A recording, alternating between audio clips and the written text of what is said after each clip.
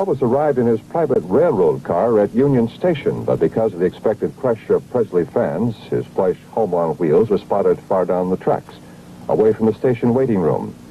We found out about the change of plans, and so did a few of his admirers. Ready? Here at Union Station, in spite of all the secrecy, Elvis Presley, being mobbed by teenagers, is coming up to the...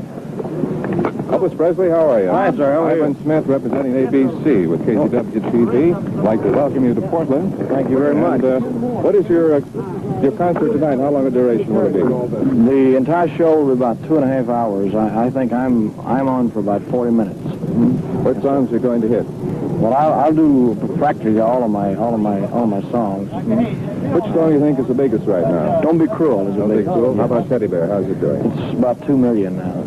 We have a bunch of teenagers up the other side of the studio waiting to see you, and as you can see, in spite of all the secrecy and this little devious plan, a lot of it leaked out. So I think yes, it always does. It always does, but I don't mind it. In fact, if you come into a place there's nobody there to meet you, you start wondering, you know. Really?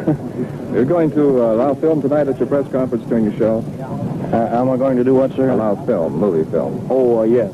No, not movie film. Not movie film? I'll explain it at the conference tonight. Mm-hmm. Well, that won't do us a great deal of good, you know.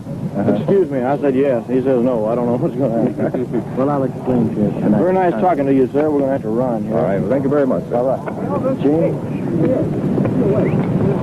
Hello, Elvis Presley leaves in his official car with motorcycle escort and headed now for his hotel.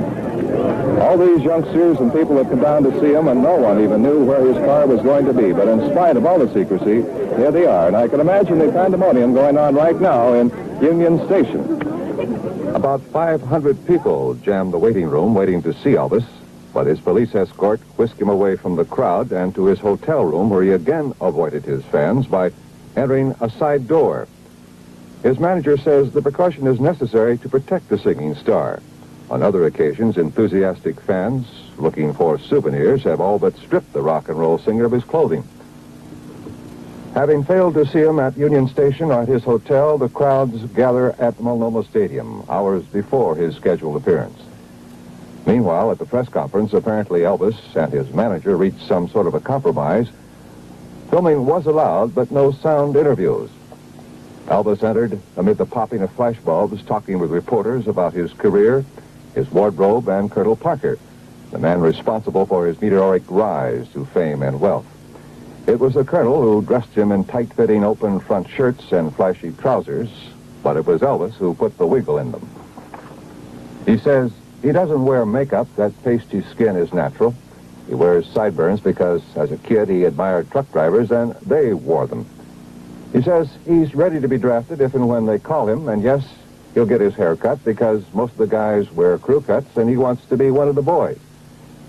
Just 3.5 hours after his arrival in Portland, Elvis drove to the stadium in a white convertible, dressed in a gold coat, to perform for 40 minutes before a screaming audience. For evening, this is Ivan Smith.